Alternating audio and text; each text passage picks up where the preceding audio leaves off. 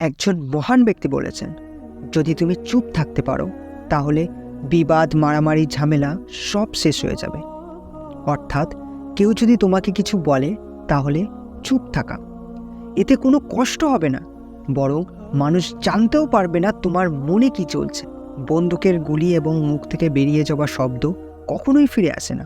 জীব হলো আমাদের শরীরের সেই অংশ যা একটি হাড় ছাড়াই, কিন্তু এই জীবই তোমার সমস্ত শরীরের হাড় ভাঙার ক্ষমতা রাখে।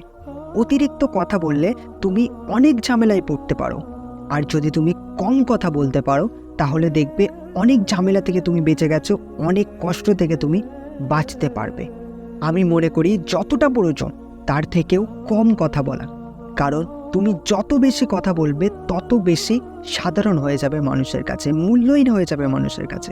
কখনোই তোমার কথা দিয়ে মানুষকে প্রভাবিত করার চেষ্টা করো না, কারণ তুমি যদি বেশি কথা বলতে থাকো তাহলে তোমার মুখ থেকে এমন কিছু বেকার কথা বার হয়ে যাবে যেটা তোমার জন্যে ওই সিচুয়েশানে আনকমফর্টেবল ফিল করবে। কিন্তু যদি তুমি প্রয়োজনের চেয়েও কম কথা বলতে পারো তাহলে তুমি ভিতর থেকে যত বড়ই বোকা হও না কেন, বাইরে থেকে তোমাকে স্মার্ট দেখাবে। আজকের ভিডিওতে আমাদের বিষয় হলো নীরব থাকা তোমাকে কিভাবে আরও শক্তিশালী এবং মূল্যবান ব্যক্তি করে তুলতে পারে, এবং কোন পরিস্থিতিতে তোমার নীরব থাকা উচিত যাতে মানুষের চোখে তোমার সম্মান বৃদ্ধি পায়। আমাদের প্রথম পয়েন্ট, নীরব থাকার প্রথম সুবিধা হলো নীরবতা তৈরি করতে পারে এবং অনেক শক্তি দেয়। এর মানে হলো নীরব থাকা তোমাকে খুব শক্তিশালী দেখাতে পারে। একটি খুব বিখ্যাত উক্তি আছে যে একজন বোকা মানুষ এবং একজন জ্ঞানী মানুষ দুইজনের কথার দ্বারাই পরিচয় পাওয়া যায়। একজন জ্ঞানী লোক তখনই কথা বলে যখন তার কথা বলার প্রয়োজন হয়, কিন্তু একজন মূর্খ মানুষ সে সবসময় কথা বলে এবং মানুষ তাকে সবসময় বোকাই মনে করে।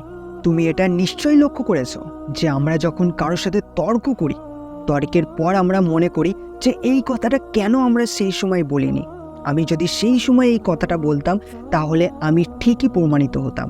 সেই সময় কেন এই কথাটা আমাদের মাথায় আসেনি? কারণ তখন তোমার পুরো মনোযোগ ছিল কথা বলার দিকে। সেই সময় আমাদের কি বলা উচিত ছিল তা ভাবার জন্য আমরা আমাদের মনকে সময় দিইনি। তর্কের উত্তাপে নিজেকে জেতানোর জন্যে আমরা যে কোনো কথা বলি এবং তারপরে সবাই আমাদের নিয়েই কথা বলে। তোমার ওই সময় কি করা উচিত ছিল? তুমি যেটা বলতে চাও সেটা বলার আগে নিজেকে অল্প হলেও সময় দাও এবং যতটুকু প্রয়োজন ততটুকু বলো। তুমি যখন কথা বলবে তখন তোমার কথার ওজন থাকবে এবং সবাই তোমার কথাগুলো খুব মনোযোগ দিয়ে শুনবে। অনেক মহান ব্যক্তিদের মধ্যে এই গুণ আছে, তাদের যখন কথা বলার সময় হয় তার আগে তারা বেশিরভাগ সময় নীরব থাকে। তার জন্যে যখন আমরা কথা বলবো আমরা খুব কম কথা বলবো এবং খুব সঠিকভাবে কথাগুলো বলবো। আমাদের পরবর্তী পয়েন্ট, কেউ তোমাকে সহজেই বোকা বানাতে পারবে না। তুমি যদি চুপ থাকতে শিখে যাও তাহলে যখনই তুমি কারোর সাথে কথা বলবে, তুমি যদি সেই সময় নীরব থাকো তাহলে তুমি অন্য ব্যক্তি যা বলে তা ভালোভাবে শুনতে পারবে, তাকে ভালোভাবে বুঝতে পারবে এবং তারপর তুমি বুঝতে পারবে তার অন্যান্য উদ্দেশ্যকে। সেই ব্যক্তিরা কি সত্যি কথা বলছে নাকি মিথ্যা কথা বলছে, এবং সে তোমার কাছ থেকে কি চায়। সে কি আমার সাথে মজা করার চেষ্টা করছে? তুমি যদি চুপ থাকতে পারো তাহলে অন্য লোকটি কি বলছে তা শুনলে তুমি সব কিছু খুব ভালোভাবে বুঝতে পারবে এবং তাকে একটি সঠিক জবাব দিতে পারবে। এর পরের পয়েন্ট হলো নীরবতা মানুষের মনোযোগ বাড়ায়।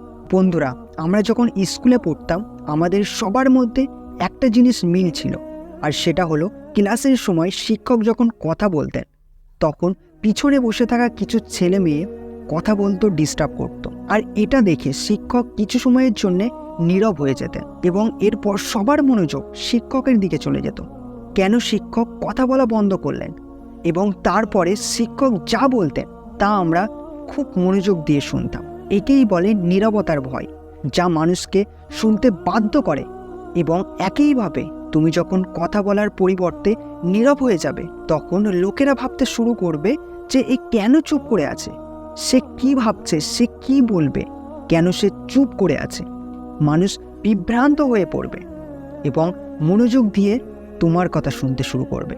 তাই যখনই কোনো গুরুত্বপূর্ণ বিষয় নিয়ে তুমি কথা বলতে চাইছো তার আগে কিছু সময় নীরব হয়ে যাও। দেখবে সামনের ব্যক্তির মনোযোগ পুরোটাই তোমার কথার দিকে চলে আসবে। আমাদের পরের পয়েন্ট হলো, তুমি যদি কোনো বিষয় নিয়ে কাজ করতে থাকো তাহলে সেটা নিজের ভিতরে রাখো। কোনো প্রয়োজন নেই মানুষকে জানানোর, কারণ তুমি যদি তোমার লক্ষ্য শেয়ার করো এবং তারপর যদি তুমি তোমার লক্ষ্য অর্জন করতে না পারো, তাহলে মানুষ তোমাকে নিয়ে হাসাহাসি করবে, মানুষ তোমাকে নিয়ে ঠাট্টা করবে, মানুষের চোখে তোমার ভুল ইমেজ হবে, তোমার সম্মান নষ্ট হবে। তোমার জিহ্বাকে নিয়ন্ত্রণ করা খুবই কঠিন। তোমার লক্ষ্য এবং পরিকল্পনাগুলি শুধুমাত্র সেই ব্যক্তিকেই বলুন যারা তোমার খুব কাছের বা যারা তোমাকে এগিয়ে যেতে সাহায্য করতে পারে। এবং তুমি যখন সফল হয়ে যাবে তখন মানুষকে তোমার বলার প্রয়োজন হবে না, মানুষের কাছে তোমার নাম, তোমার কাজ পৌঁছে যাবে।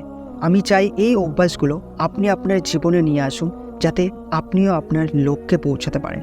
আপনার মতামত, আপনি কোন টপিকের উপরে ভিডিও চাইছেন, আপনার প্রবলেম আপনি কমেন্টে জানাতে পারেন। আমি চেষ্টা করব সেই টপিকের উপরেই ভিডিও নিয়ে আসার। দেখা হচ্ছে নতুন কোনো ভিডিওয়।